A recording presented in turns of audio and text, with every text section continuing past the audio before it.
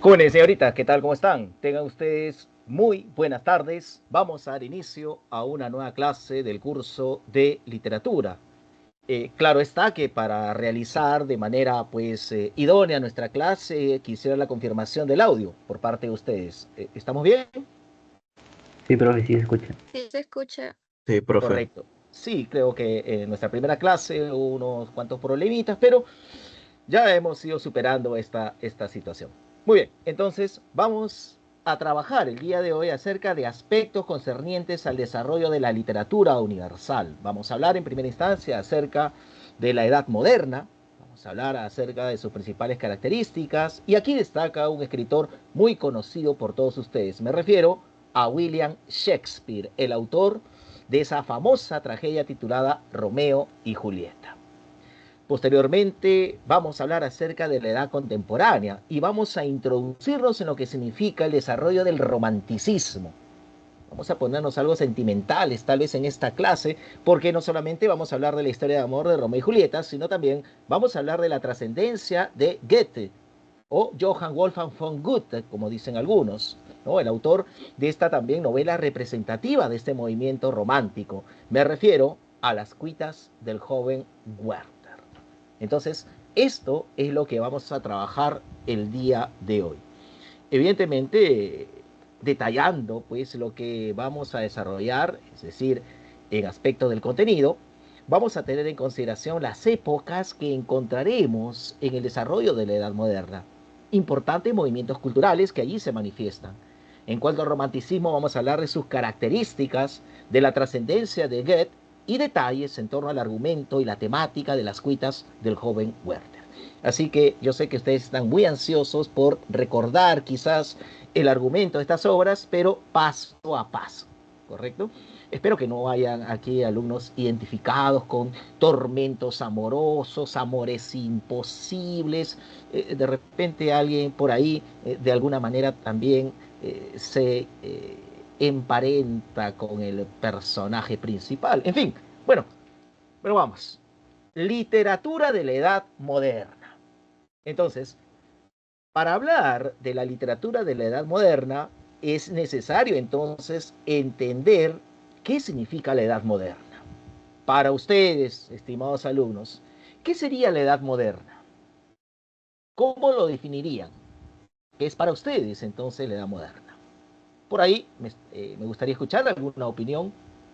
Evidentemente aquí nosotros tenemos la libertad de opinar, tenemos la libertad de debatir, de exponer nuestras ideas.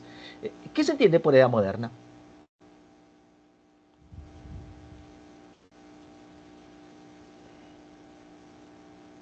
No sean tímidos, muchachos, estamos en la tercera semana, por favor, ya tenemos nosotros que despabilarnos, tenemos que ser Edad actual, profe. alumnos que perdamos la vergüenza, perdón, la edad actual. No, porque sería Sí. la edad contemporánea, ¿sí? Entonces, la edad moderna vamos a definirlo como un periodo histórico, así como existió la edad antigua, existe también la edad moderna, la edad contemporánea, etcétera, ¿no? Entonces, la edad moderna es un periodo histórico en el cual se aprecia el desarrollo de determinados movimientos culturales en forma sucesiva. De esa manera, entonces, vamos a poder apreciar el desarrollo del Renacimiento, el cual alcanzó un gran esplendor durante el siglo XVI. Posteriormente se aprecia el desarrollo del Barroco, el cual alcanza un gran apogeo durante la mayor parte del siglo XVII, y finalmente apreciaremos el desarrollo de la Ilustración durante el siglo XVIII. Miren ustedes cómo aquí aparecen conceptos claves que identifican a cada uno de los periodos. Si hablamos del Renacimiento, destaca el concepto de antropocentrismo. Si hablamos del barroco, vamos a tener en consideración la complejidad formal expresada a través de las artes. Y si hablamos de la ilustración, prevalece el concepto de racionalismo. Entonces, vamos a hablar de cada uno de estos movimientos culturales que corresponden al desarrollo de la edad moderna. Y vamos a empezar con el Renacimiento. Entonces, ¿qué entenderemos por Renacimiento? ¿Qué significaría para ustedes renacer? ¿Alguna idea? Resurgir. Resurgir, ¿verdad? volver a nacer o metafóricamente hablando, volver a florecer. ¿Qué renace? ¿Qué florece nuevamente? Bueno, florece la vida cultural y artística. Entonces, vamos a ver cómo hay una propuesta de renovación del arte. Para consolidar esa renovación del arte, evidentemente, los autores, los artistas se van a inspirar en los modelos clásicos. Las primeras ideas renacentistas van a surgir en la ciudad italiana de Florencia. Y esto nos remite allá hacia el siglo XIV, o sea, los años 1300. Entonces, desde Florencia se irradian esas ideas renacentistas que van a expandirse por el resto de Italia, y esto se evidencia ya durante el siglo XV.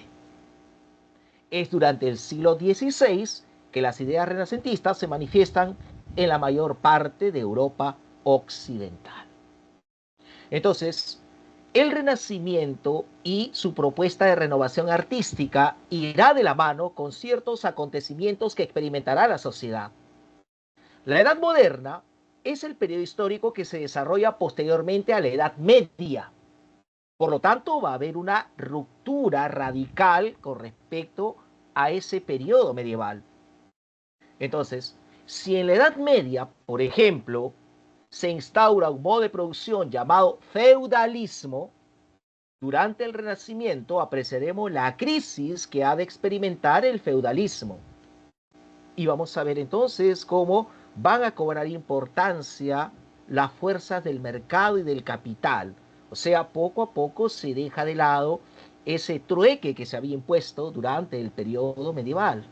Entonces hay un viraje radical con respecto al manejo de la economía. Pero hay otras situaciones que van a permitir el desarrollo del Renacimiento, el gran interés por la cultura de la antigüedad. Y es que vamos a ver cómo los autores van a hurgar en el pasado, van a procurar tomar el conocimiento de ese mundo clásico para afrontar los problemas de ese ahora. Por otro lado, vamos a ver cómo se impone un concepto y se aprecia entonces el predominio del humanismo, que reemplazará a ese teocentrismo medieval. Teocentrismo implicaba que Dios era el centro de interés, era de pronto el centro de atención. Toda actividad humana giraba en torno a Dios. Pero ahora vamos a ver cómo durante el Renacimiento el centro de interés, el centro de atención será el hombre. Por su parte, también vamos a ver cómo durante el Renacimiento se va a desarrollar la expansión europea a partir de un acontecimiento importante, y esto nos remite al año 1492. Y creo que por historia ustedes saben la importancia de ese año. ¿Qué aconteció en dicho año, jóvenes? 1492.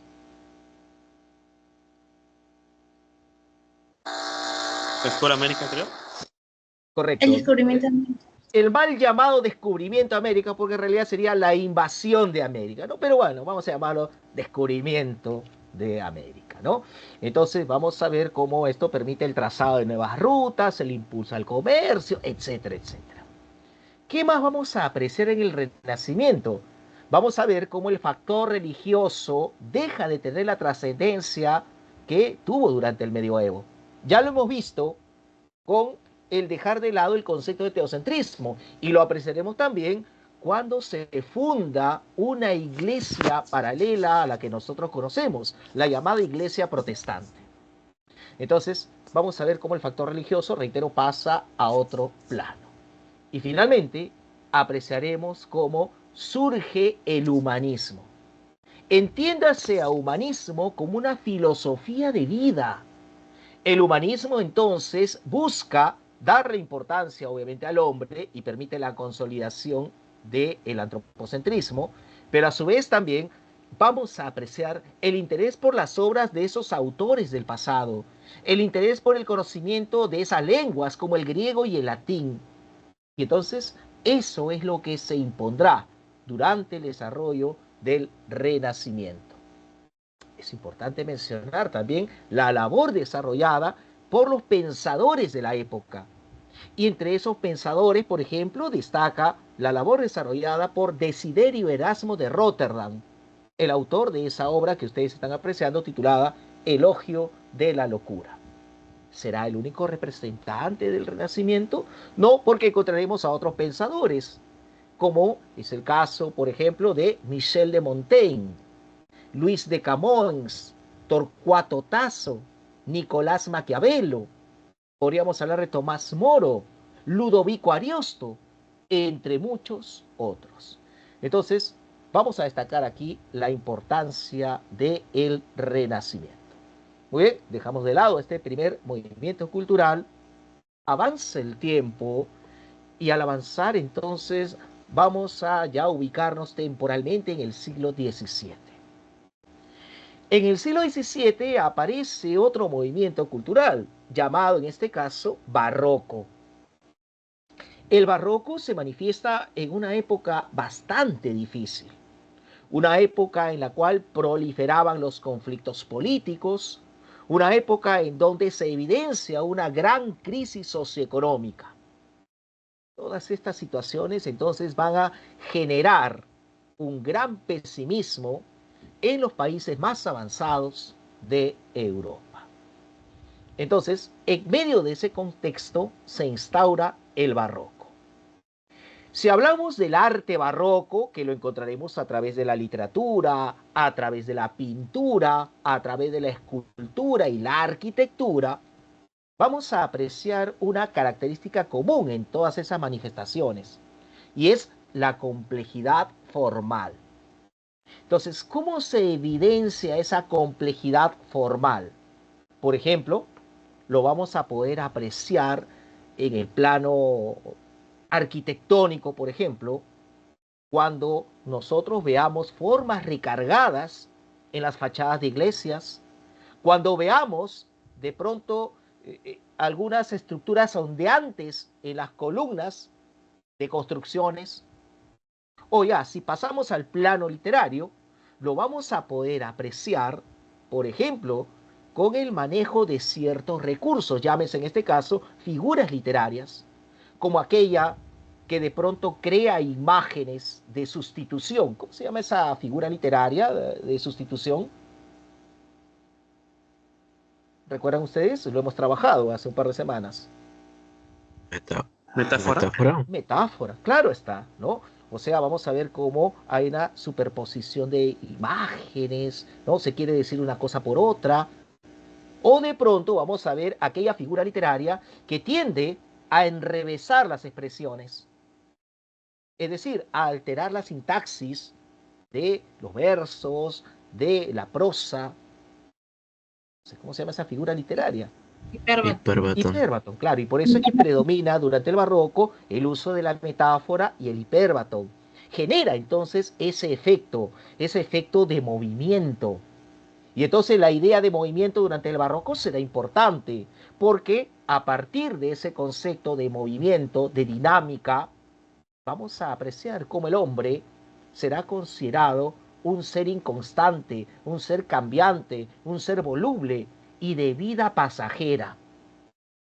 Entonces, vamos a ver cómo se asume también este concepto. La vida es pasajera. En cualquier momento el hombre puede morir, muerte. El tema de la muerte también es una obsesión en los autores del barroco. La vida también será asumida como una representación. Hay ambigüedad entre realidad y ficción. Hay horror al vacío. Hay muchos aspectos que caracterizan al barroco. Y entonces vamos a tener en cuenta cómo todos esos conceptos serán manejados por los autores representativos del barroco, destacando aquí autores de nacionalidad española. ¿Y por qué? Porque en el mundo hispánico, barroco será la denominación que se le otorgará al segundo momento, a la segunda etapa del famoso siglo de oro español. Por lo tanto, ¿qué autores representativos del barroco español encontraremos? A Miguel de Cervantes, por ejemplo, con el ingenioso hidalgo Don Quijote de la Mancha. ¿A quién encontraremos? a Luis de Góngora y Argote con Soledades. ¿A quién más encontraremos aquí? Por ejemplo, a Pedro Calderón de la Barca con La vida es sueño. Pero también no podríamos dejar de lado la presencia de otro autor fuertemente influenciado por el barroco. Se trata no de un autor hispano, sino de un autor inglés. Estamos hablando de William Shakespeare, ¿no? Entonces, vamos a tener en consideración la presencia de Shakespeare, de John Milton también, ¿por qué no? Y esto es lo que podríamos hablar en torno al barroco. Muy bien, rápidamente, nos gana el tiempo. Y finalmente, en el desarrollo de la Edad Moderna, en última instancia aparece la Ilustración. La Ilustración se manifiesta durante el siglo XVIII y será conocido también con la denominación de el siglo de las luces. Apreciaremos entonces cómo a partir de la Ilustración finalmente se supera el orden feudal y se instaura una dinámica económica que se sustenta en el capitalismo. El capitalismo se va a imponer en la mayor parte de países avanzados de Europa. Evidentemente vamos a ver cómo durante la Ilustración apreciaremos la confianza que se le otorga a conceptos como el progreso, la racionalidad, y definitivamente encontraremos también un gran auge, un gran apogeo de la ciencia y de la filosofía. Una fecha emblemática de la Ilustración es 1789. ¿Qué aconteció en ese año? Ya que estamos hablando de años emblemáticos. La Revolución Francesa, que implicaría la difusión de ideales como libertad, igualdad, democracia, etc. Pero claro, paralelamente también se produce la Revolución Industrial, que implica la masificación y la producción a gran escala. O sea, estamos apreciando avances importantes en el plano tecnológico y científico a partir de la Ilustración. En cuanto a representantes de la Ilustración, hay que destacar la labor desarrollada por esos intelectuales franceses, como es el caso de Charles de Montesquieu, Jean-Jacques Rousseau, Denis Diderot y Voltaire. Ahora, hay que señalar también que la expresión artística de la Ilustración será conocida con la denominación de neoclasicismo.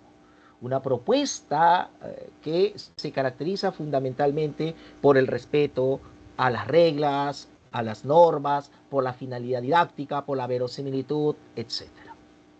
¿Quiénes serán representantes de ese neoclasicismo? Para otros, conocido también como clasicismo francés, que se desarrolla pues hacia finales del siglo XVII y abarca algo del siglo XVIII. Por ejemplo, podríamos mencionar acaso la destacada labor desarrollada por Jean-Baptiste Poquelin. ¿Ustedes han escuchado ese nombre en algún momento? Es un autor muy conocido por sus comedias y más conocido por su seudónimo, Jean-Baptiste Poquelin. ¿Recuerdan el seudónimo? Sí, profe. ¿Recuerdan el seudónimo de este autor? Yo creo Lo que tengo sí. en la punta de la lengua, profe. Escúpelo, escúpelo, vamos. Lo tienes ahí. Molière. Molière, correcto. Exacto, sí. Molière, ¿no? Estamos hablando de Molière, estamos hablando de Jean Racine, estamos hablando de Pierre Corneille, estamos hablando de Jean La Fontaine, por mencionar a exponentes de ese neoclasicismo que también influenciará en la literatura española de finales del siglo XVIII e inicio del siglo XIX. En fin, pero no vamos a ahondar más en esto. Estos tres movimientos culturales son determinantes en el desarrollo de la Edad Moderna. Esto nos ha permitido apreciar el contexto en el cual se manifiesta la producción literaria de un reconocido escritor. Me refiero a William Shakespeare. Así que rápidamente vamos a hablar acerca de algo de la vida de William Shakespeare. William Shakespeare, destacado escritor inglés, nació en la localidad de Stratford-upon-Avon en el año 1564 y será conocido precisamente debido a su lugar de nacimiento con el apelativo de El Cisne de Avon. Shakespeare es considerado una figura de transición entre el Renacimiento y el Barroco. Cronológicamente podría ser ubicado dentro del periodo renacentista, pero señalemos que parte de su producción literaria y sobre todo la teatral estará influenciada por el barroco. Por eso afirmamos, se trata de una figura de transición. A lo largo de su vida experimentó una serie de situaciones, entre ellas, por ejemplo, el interés por el mundo teatral y su matrimonio con Anne Hathaway. Fue a lo largo de ese periodo de interés por el mundo teatral, autor de obras teatrales, también actor de las mismas y finalmente empresario teatral. Llegó a poseer una empresa teatral llamada The Globe, la cual se encargó de recorrer el territorio inglés llevando a cabo representaciones teatrales de obras clásicas y obviamente de obras del autor. Dentro de lo que significa la producción literaria de William Shakespeare, podríamos mencionar que el autor escribió poesía y escribió obras teatrales. Dentro de esa producción lírica destacan algunos poemas breves. Uno de los más importantes y destacados es el que lleva por título Venus y Adonis, y también destaca una colección de sonetos. Y en cuanto a esa producción teatral, podríamos hablar de dramas históricos como Ricardo III y Enrique IV, comedias como Sueño de una noche de verano, El mercader de Venecia, La tempestad y Las alegres comadres de Windsor. Y en cuanto a lo que significa el desarrollo de tragedias, aquí encontraremos las obras más representativas. Es el caso de Romeo y Julieta, de la cual vamos a hablar, Hamlet, Otelo, Macbeth, El Rey Lear, Antonio y Cleopatra, entre otras. Muy bien, entonces, dicho esto, vamos a hablar a continuación acerca de Romeo y Julieta. Aquí alguna información preliminar en torno a la obra, una obra que pertenece al género dramático. En cuanto a la especie, se trata de una tragedia, la cual estructuralmente está dividida en 5 actos. La versión original, que es obviamente la versión inglesa, se caracteriza porque alterna el verso y la prosa. Las traducciones al castellano le otorgarán prioridad al uso de la prosa. En cuanto al estilo, se aprecia un lenguaje de gran riqueza poética y abunda el uso de la metáfora. Dicho esto, entonces, vamos a centrar nuestra atención en el argumento. Vamos a ver lo que acontece en cada uno de los actos. Y entonces, remitámonos al primer acto. En el primer acto vamos a apreciar cómo en las calles de la ciudad de Verona hay una situación conflictiva. Hay 2 familias que se enfrentan entre sí. ¿Cómo se llaman estas familias? Acabo de tener una laguna, me acabo de olvidar. ¿Cómo se llaman estas familias? Montesco y Capuleto. Los Capuleto. y los Capuleto. Pero lo curioso es que en el inicio de la obra serán los criados de estas familias los que empiezan a pelear entre sí. Y por lo tanto vamos a ver cómo aparece por allí Benvolio, que pertenece a la familia Montesco. Benvolio hace un llamado a la calma, a la paz. Y entonces, como nadie le hace caso, saca su espada. Y entonces por ahí aparece un integrante de la familia Capuleto, Tebaldo. Y entonces Tebaldo quiere enfrentarse a Benvolio y le dice, ¿no te das cuenta que estoy llamando a la paz? Sí, pero con la espada en la mano, y así empiezan a pelearse. Pero los habitantes de Verona están ya cansados de que esas peleas y conflictos se repitan. Por lo tanto, exigen al gobernante, al príncipe de Verona, que tome cartas en el asunto. Y el príncipe aparece y con su presencia se calma esta agresión mutua y el príncipe entonces les hará una advertencia a los Montesco y a los Capuleto. Les dice que aquel que inicie una nueva pelea será castigado y su castigo será la pena de muerte. Bueno, están advertidos ahora los Montesco y los Capuleto. Y los integrantes de ambas familias y sus criados se retiran a sus respectivos hogares. Es ya avanzada la noche muy tarde ya. Y allí vamos a apreciar la preocupación del señor Montesco. El señor Montesco está preocupado no por las constantes peleas. El señor Montesco está preocupado por su hijo. Su hijo se llama Romeo. Y Romeo últimamente expresa un comportamiento bastante extraño. Aparece de pronto triste, melancólico, meditabundo, se ausenta de casa, no habla con nadie, y si llega a la casa se va a su habitación y no sale para nada. ¿Qué le pasa a Romeo? Nos preguntaremos todos.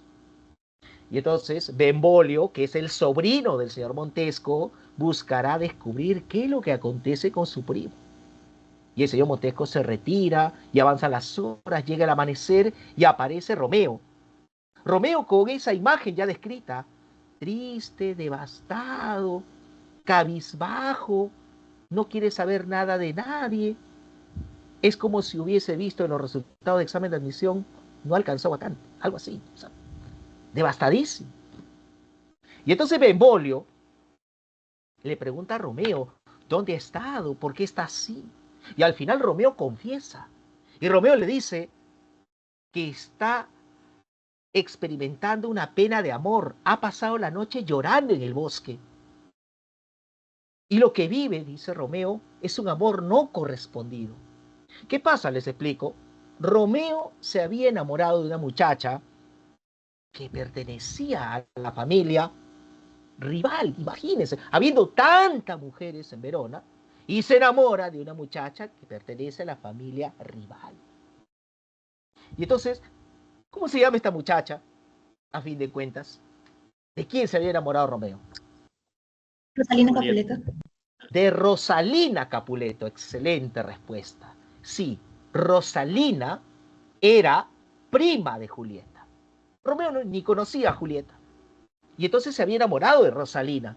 Pero ¿por qué dice que está viviendo un amor no correspondido? ¿Saben por qué? Porque Rosalina había crecido en un hogar muy religioso. Ella se había forjado cual si fuese una monja. Y entonces, evidentemente, ella no compartía los deseos carnales de Romeo. Y es que Romeo quiere vivir el amor a plenitud. Besos, abrazos, caricias, palabras dulces y bueno, ya ustedes saben, ¿no? Entonces, Rosalina no quería ello. Y se siente rechazado Romeo.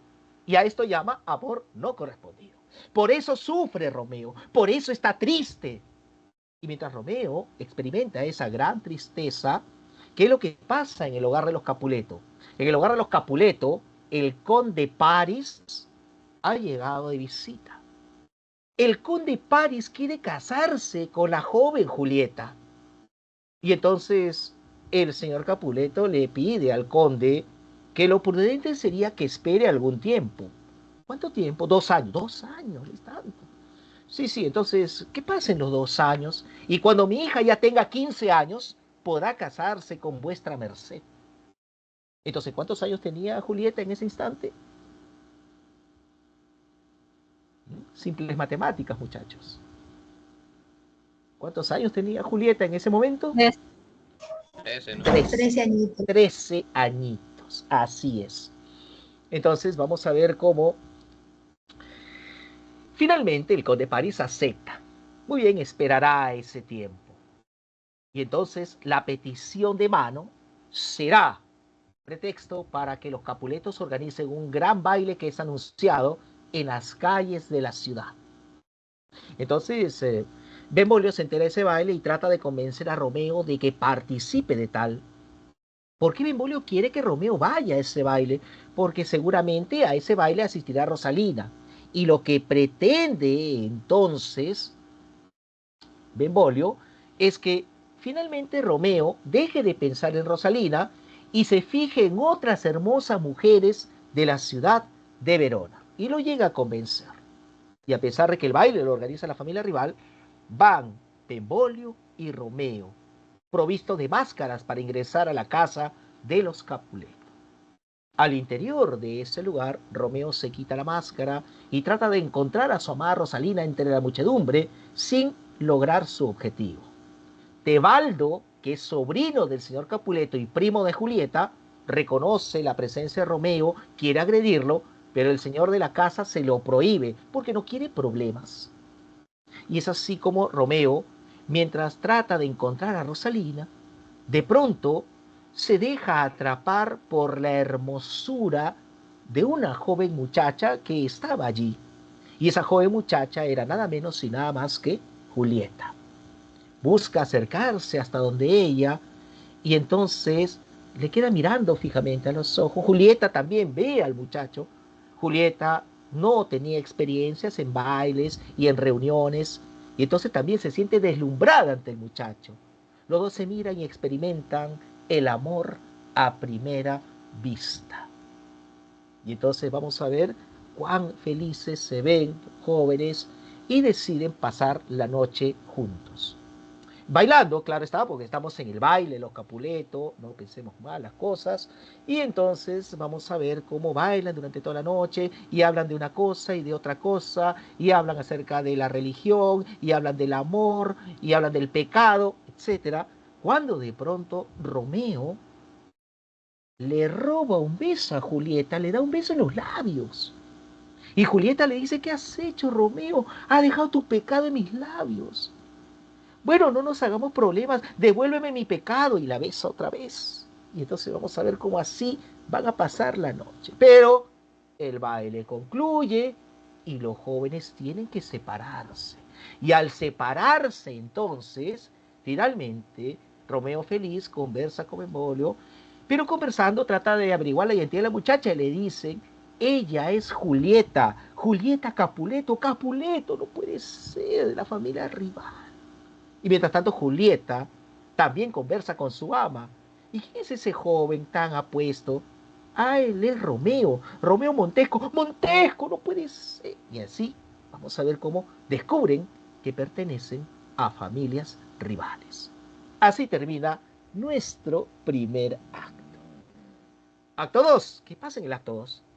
El protagonista, Romeo, está intranquilo y se pregunta: ¿ella corresponderá a mi amor? ¿Cómo saberlo? Y entonces, ¿qué hace Romeo? Sin medir consecuencias, regresa a la casa de los Capuleto, trepa por un muro, llega a un jardín y recorre todo ese jardín hasta arribar a las afueras de la habitación de Julieta.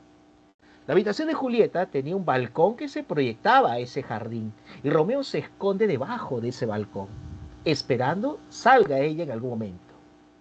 Y de pronto, Julieta se aproxima a ese balcón y empieza a expresar un monólogo. A través de él, ella dice que ha encontrado el amor de su vida, el joven Romeo, pero lamenta que Romeo se llame Montesco. Y cuando escucha esas palabras, Romeo confirma de que es correspondido el amor. Y sale de su escondite y se deja ver y le dice: pero Julieta, si quieres no me llames ni Romeo ni Montesco, llámame Amor.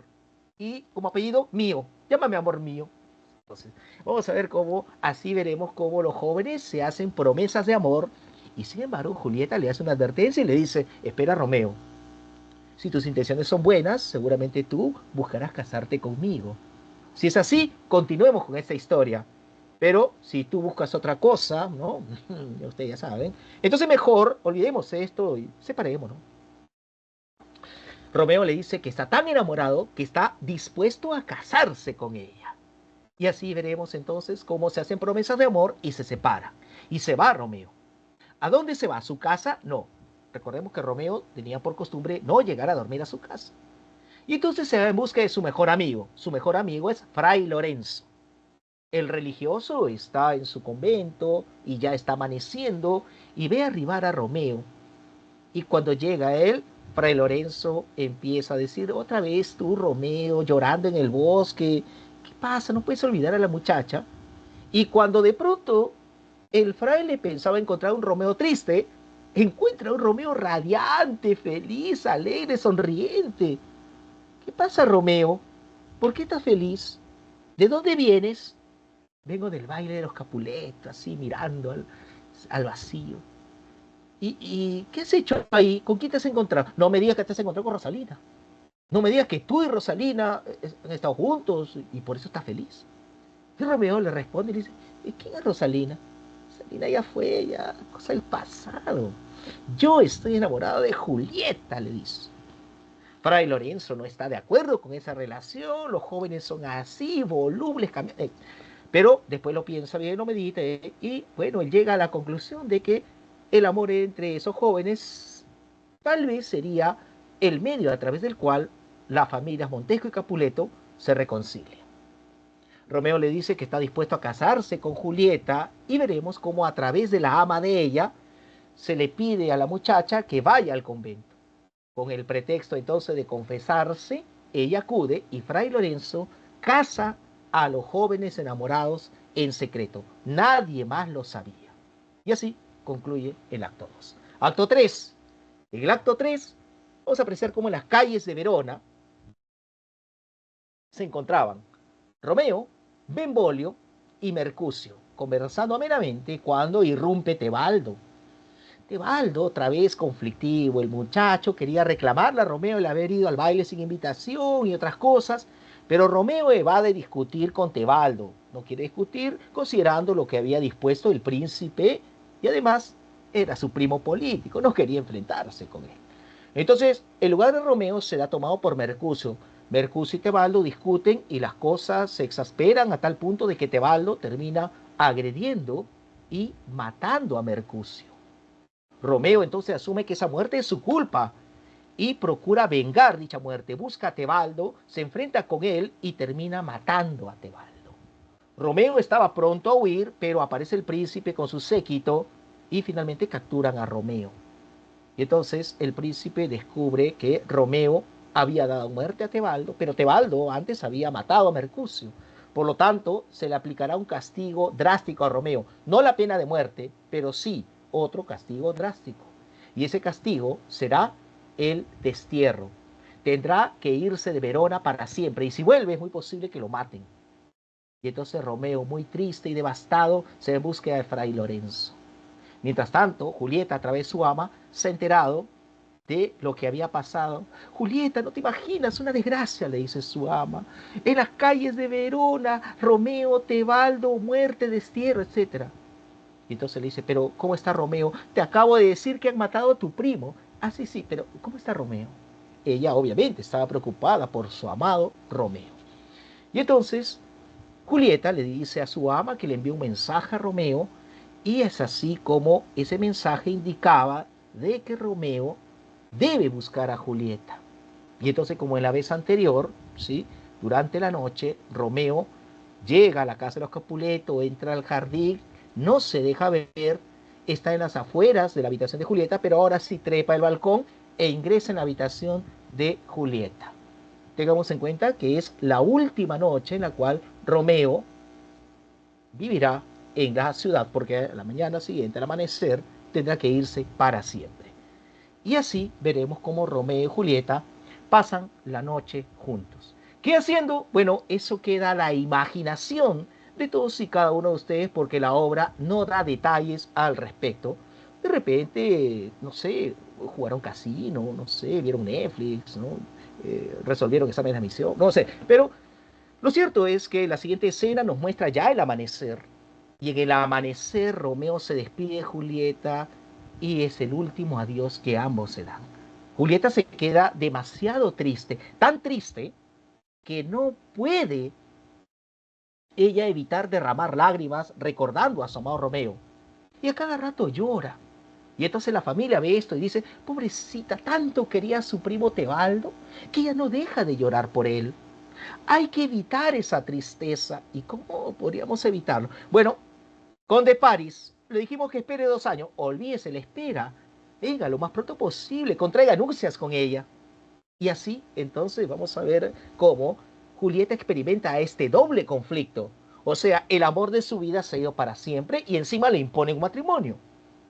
¿Qué hacer? Ella decide acudir a Fray Lorenzo. Acto 4. En el acto 4, entonces, veremos cómo el conde Paris conversa con Fray Lorenzo para ver de pronto detalles en torno a su pronto matrimonio con Julieta y luego aparece Julieta y Julieta le expone la situación. Tras analizarlo, el fraile determina lo siguiente: Julieta, confía en mí. Mira, vamos a hacer esto. Te voy a dar una pócima. toma, bébela. Es un brebaje que va a tener un efecto pasajero. Vas a aparentar morir y con ello evitarás casarte con el conde Paris. ¿Sí? No te preocupes, yo le avisaré a Romeo lo que hemos nosotros planeado, así que tranquila, confía en ello. Y efectivamente, entonces, depositando la confianza en el fraile, Julieta bebe ese brebaje y el día en el cual ella se iba a casar, ese día amanece, entre comillas, muerta, causando tristeza en su familia y sobre todo en el conde Paris. Imagínense, pónganse en la situación del conde. El conde le dice que espere 2 años, bueno, va a hacer el sacrificio y de pronto se va a casar con ella. Y el día que se va a casar, se le muere pues la futura esposa. La suerte. Y entonces el cuerpo de Julieta será llevado a la cripta familiar y el conde Paris estará frente a ese cuerpo derramando lágrimas, llorando su infortunio. Acto 5. En este último acto apreciaremos cómo Romeo se encuentra en Mantua y se encuentra con algunos criados. Y entonces vamos a ver cómo los criados le cuentan novedades en torno a lo que acontece en la ciudad de Verona. Y entre esas novedades uno de los criados le dice, ay, a propósito, Julieta se murió. Y Romeo se queda totalmente anonadado. ¿Cómo es posible? Nadie me dio esta noticia, nadie me contó nada. En su desesperación, Romeo decide regresar a la ciudad sin importarle las consecuencias. Y entonces, antes de salir de Mantua, a través de un boticario, consigue un poco de veneno que lleva consigo. Y va rumbo hacia Verona. Llega a Verona, llega a las afueras de la cripta de los Capuleto, y antes de ingresar le entrega una carta a un criado llamado Baltasar y le dice, dale esta carta a mi padre, allí le explico muchas cosas. Y Romeo ingresa en la cripta de los Capuleto. Al ingresar será reconocido por el conde Paris. El conde Paris, que estaba al lado del cuerpo de Julieta, cree que Romeo pretende hacer de pronto una suerte de sortilegio, brujería, magia negra, etc. Y entonces hay un enfrentamiento entre Romeo y el conde Paris. Algunos soldados que estaban ahí se irán buscando refuerzos. Y entonces luchan ambos utilizando dagas hasta que finalmente Romeo da muerte al conde Paris. Ahora está frente al cuerpo de Julieta. Y entonces él no soporta esta situación. Él en verdad está convencido de que Julieta está muerta. ¿Y qué hace Romeo? Romeo decide echar un poco de veneno en una copa, lo ingiere y así se quita la vida. Mientras esto acontece en la cripta de los Capuleto, en su convento, Fray Lorenzo recibe la visita de Fray Juan. Fray Juan era quien debió llevar el mensaje, la carta a Romeo. Y entonces Fray Juan llega con la carta intacta. ¿Qué pasó? Le dice. Lo que pasa es que me estaba dirigiendo hacia Mantua y de pronto hubo una epidemia, hubo cuarentena, me encerraron. Nunca pude entregar la carta. Fray Lorenzo entonces cree que lo más conveniente sería explicarle personalmente a Julieta lo que ha pasado. Y va hasta la cripta de los Capuleto. Al ingresar entonces, tras tropezarse con Baltasar, quien se había quedado en las afueras, y tras confirmarse la presencia de Romeo, Fray Lorenzo ingresa desesperadamente y cuando encuentra pues este cuadro totalmente lamentable, ¿no? Hay 2 cadáveres ahí, ¿sí? Conde Paris y Romeo. Y en ese mismo instante Julieta está reaccionando, recordamos que el efecto del veneno pasajero. Y entonces ella despierta y Fray Lorenzo le dice, Julieta, vámonos de aquí y después te explico lo que ha pasado. Reacciona y entonces dice, pero ¿qué sucede? ¿Qué pasa? Dice, ¿qué es esto? El conde Paris muerto. Bueno, él no me interesa Romeo, quien ya se ha muerto aquí también.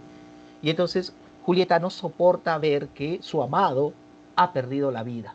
En su desesperación coge la daga de Romeo con la intención de quitarse la vida. Fray Lorenzo le dice, Julieta, tranquila, Julieta, no hagas eso, ¿eh? Deja esa daga, por favor, no hagas eso, suéltala, no, ¿qué haces? No, se mató, claro. Julieta había cogido la daga y se la había incrustado en el pecho, se quitó la vida. Y en ese instante el fraile reacciona y se da cuenta que él está en medio de 3 cadáveres. ¿A quién cree que le van a echar la culpa? Ah, no, dice, y se va. En ello llega la Guardia Imperial y lo toman como prisionero. ¿Dónde va, fraile? Usted los ha matado, confiese la verdad. Bueno, en realidad lo que confiesa es el amor secreto entre los jóvenes, y esto se confirma con la carta que poseía Baltasar frente a integrantes de los Montesco y los Capuleto, quienes reconocen su error y deciden otorgarse el perdón mutuo, y así se produce la reconciliación entre ambas familias, claro está, a un alto precio, la muerte de ambos jóvenes. Así finaliza entonces Romeo y Julieta. Y bueno, esto es lo que podríamos mencionar en cuanto al argumento de la obra. El tema central es el amor y la pasión juvenil, y también hay otros subtemas como las rivalidades políticas y las luchas por el poder. Con ello finalizamos esta parte dedicada a la literatura de la edad moderna, y me restan menos de 10 minutos para hablar acerca del romanticismo. Bueno, vamos a ver cómo lo hacemos, porque es importante también considerar el desarrollo de esta literatura de la edad contemporánea, y sobre todo de aquella que se manifiesta durante el siglo XIX. El romanticismo, como ustedes bien lo saben, es un importante movimiento literario, el cual alcanzó una gran trascendencia en la literatura europea entre finales del siglo XVIII y mediados del siglo XIX. El romanticismo surgió en lugares como Alemania y el Reino Unido. Apareció como una suerte de respuesta al racionalismo dominante de la época y a la moral burguesa. ¿Por qué se caracteriza el romanticismo? Por el predominio de la subjetividad, es decir, proliferan aquí las emociones y los sentimientos, por la reivindicación de la imaginación, de la idealización, de la fantasía. También la libertad de creación caracteriza esta propuesta literaria. El individualismo, también denominado culto al yo, es decir, la exaltación de la propia personalidad, y el interés por el pasado legendario, son aspectos entonces que conciernen a la estética romántica. Entre los diversos representantes del romanticismo alemán, por ejemplo, podríamos mencionar a Johann Herder, a Friedrich Schiller, a Johann Wolfgang von Goethe, entre otros. Si hablamos de románticos del Reino Unido, destacan, por ejemplo, escritores como Samuel Coleridge. Podríamos hablar de escritores como Percy Shelley, como Lord Byron, Walter Scott, entre otros. Y en la medida que se difunde por Europa, encontraremos a otros representantes de la estética romántica, como por ejemplo François René de Chateaubriand, Victor Hugo, Alejandro Dumas en Francia, por ejemplo Giacomo Leopardi en Italia, Gustavo Adolfo Bécquer en España, etcétera, etcétera. Muy bien, hablemos de uno de esos exponentes de este romanticismo, y aquí aparece el escritor alemán Johann Wolfgang von Goethe, el autor de esa famosa novela titulada Las cuitas del joven Werther, ¿no? Entonces, vamos a tener en consideración aquí la presencia de este escritor, considerado pues una figura fundamental de la literatura alemana, conocido con el apelativo de El genio de Weimar. Se encargó de liderar el movimiento Sturm und Drang, traducido al castellano, tempestad y pasión, o tormenta e impulso, un movimiento considerado como precursor de la estética romántica, ¿no? Entonces, vamos a ver cómo Goethe ha sido el autor de importantes obras, entre las cuales podríamos hablar de su poema épico Hermann y Dorotea, novelas como Los años de aprendizaje de Wilhelm Meister, podríamos hablar de Las cuitas del joven Werther, y obras teatrales como Torcuato Tasso, Estela, Ifigenia de Táuride, siendo una de las más famosas la que lleva por título Fausto. Entonces, lo que vamos a hacer a continuación es hablar acerca de una de esas novelas y de su argumento, Las cuitas del joven Werther, una novela que estructuralmente está dividida en dos partes. La primera parte entonces nos presenta al protagonista, Werther, el prototipo del romántico, quien, cansado del trajín y de la rutina de la vida citadina, decide abandonar pues este lugar y trasladarse a un ambiente rural. Y es así como se instaura en un pueblo, y en ese pueblo tiene una total libertad de desenvolverse como a él le gusta, ¿sí? Y entonces tiene un pleno tiempo disponible para él dedicarse a la pintura y a la lectura de Homero, su autor favorito, y también, conociendo el lugar, se va a recorrer el valle de Welheim, y entonces él expresará una gran emotividad al interactuar con la naturaleza, con los árboles, los arbustos, el riachuelo, el cielo despejado, las mariposas, el canto de las aves, etc. Y se siente bien. Y todo ese bienestar se lo cuenta a través de cartas a un amigo llamado Guillermo. Todo iba bien hasta el día en el cual él conoció a una muchacha hermosa, ella, llamada Carlota.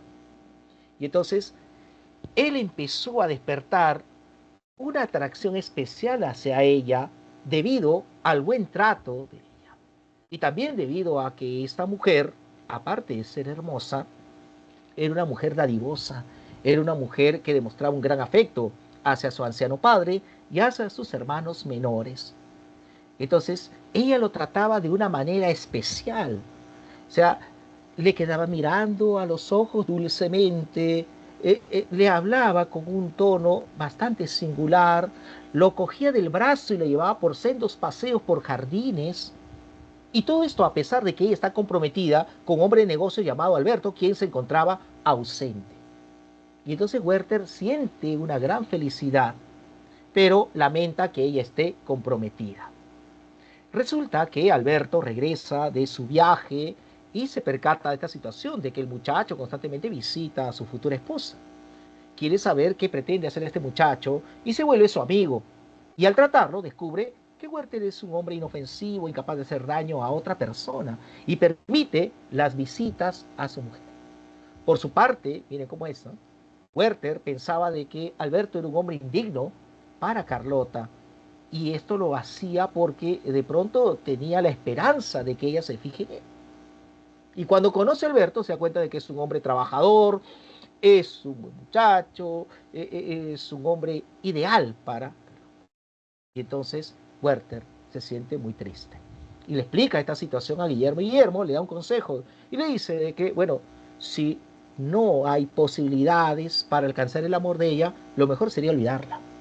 Considerando este consejo, Werther acepta un trabajo que implica abandonar el pueblo y trasladarse hasta la ciudad. Y eso es lo que hará. Se despide entonces de Alberto y de Carlota y se va a la ciudad para trabajar bajo las órdenes de un embajador. Así termina esa primera parte. ¿Y por qué se va? Porque él con la lejanía pretende olvidarla. En la segunda parte de la novela vamos a ver cómo Werther está bastante incómodo al vivir en la ciudad, porque tiene que sujetarse a las normas, a las reglas propias del lugar, y por otro lado, pues Werther no tiene de esa libertad, tiene que vivir las apariencias, y para colmo de males, a través de una carta, se entera de que Alberto y Carlota han contraído nupcias. Y esto será el detonante para que él renuncie a ese trabajo y empiece a recorrer diversos lugares. Regresa a su pueblo natal, visita la casa de un príncipe y durante la estancia allí, por ejemplo, Werther tiene una serie de ideas como enrolarse al ejército, participar de batallas, morir por la patria, etc. Pero al final desiste de eso y regresa al pueblo en el cual conoció a Carlota. Al regresar retoma las visitas y siente que su amor no había muerto. Con mayor efervescencia, con mayor deseo la visita y siente ese mismo cariño por parte de ella. Sin embargo, ya empiezan los rumores, ustedes comprenderán, ¿no? Rumores que llegan a Alberto y Alberto le pide a Carlota que le diga a Werther que por favor no la visite continuamente. Entonces Werther se da cuenta de esta situación y acepta. Alberto se va de viaje y entonces Werther no podía soportar estar lejos de Carlota. Pero bueno, tiene que aceptar esta situación. Y va a la casa de Carlota con la intención de recobrar algunos libros que tenía allí. Pero por su parte, Carlota, si bien es cierto, le ha dicho a Werther que no la visite, ella deseaba con ansias que lo visite. Porque ella también había despertado un cariño especial hacia él. Y entonces ella se dice en algún momento, si tan solo él fuese mi hermano, lo tendría aquí a mi lado todos los días conmigo. O si tan solo él fuese el novio de mis amigas, de alguna de ellas. Y entonces ella enumeraba a ciertas amigas y le encontraba defectos. No, ella no se lo merece, ella tampoco, ella tampoco. Carlota lo quería para él. Cosa rara, cosa contradictoria. Bueno, Werther va a recuperar esos libros. Y entonces Carlota se acerca y le dice, te dije que prolongues tus visitas, pero no he venido a visitarte, he venido a recoger estos libros. Pero es un pretexto, nada más. Carlota le empieza a hablar y le dice, por favor, Werther, ¿qué te parece si me lees algo?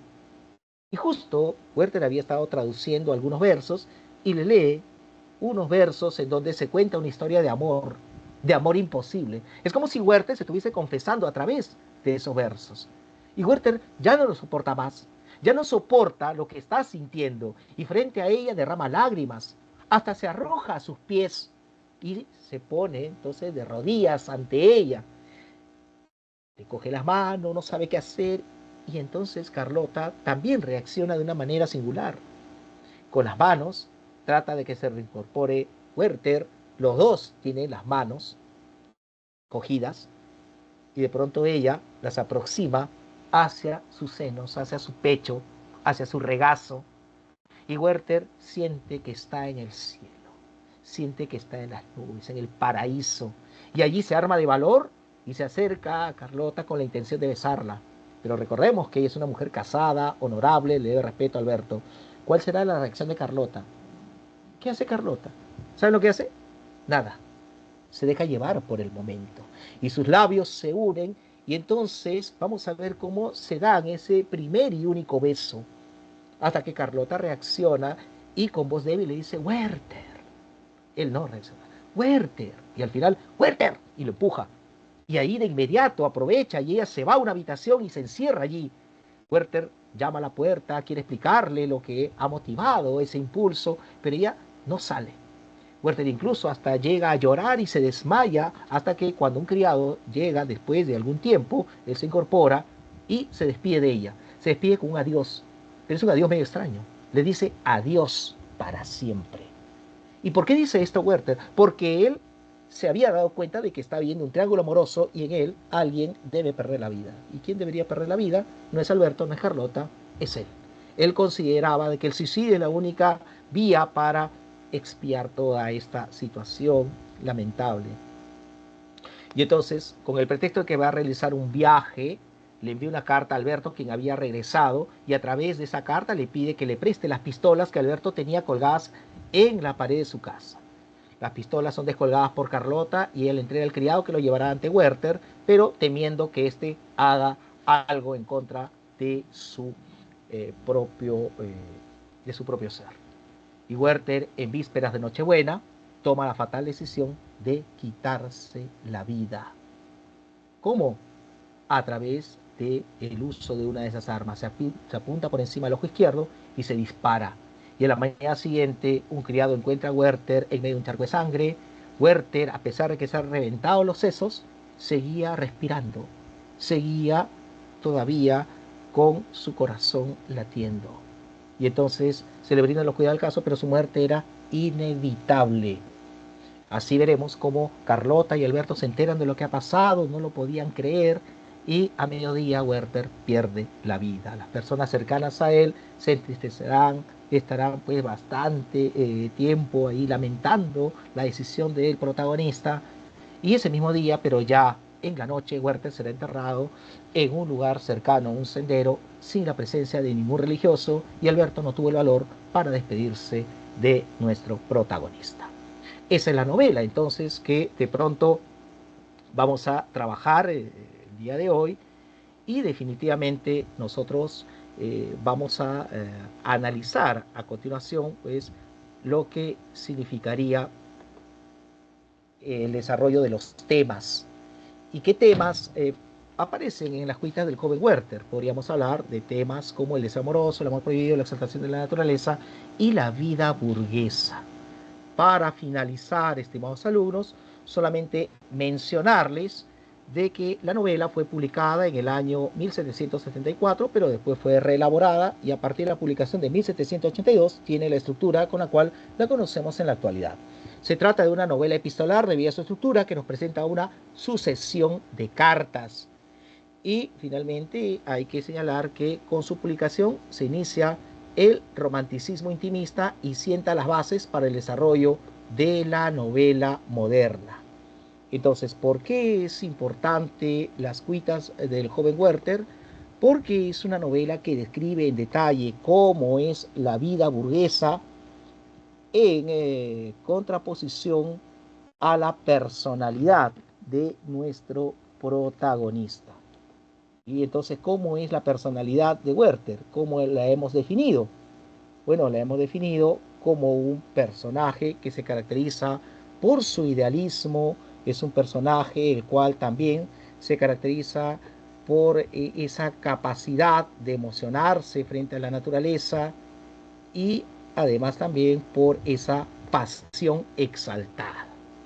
En fin, con ello hemos llegado a la conclusión de nuestra clase. Me pasó unos 5 minutos, pero quería complementar toda esta información y comparto con ustedes las claves de la presente semana. Ahí lo tienen. Una observación en cuanto a la pregunta, por favor, número 8. ¿Sí? Hay una corrección que deben hacer porque parece que había un error en las claves. Para que tenga respuesta a esa pregunta, la pregunta número 8, por favor, la clave A, pónganlo de esta manera. Falso, falso, falso, verdadero. ¿Sí? Reitero, realicen la corrección. Falso, falso, falso, verdadero. ¿Sí? Para que tenga solución. Bueno, eso sería todo de mi parte, estimados alumnos. Sí, correcto, muy bien.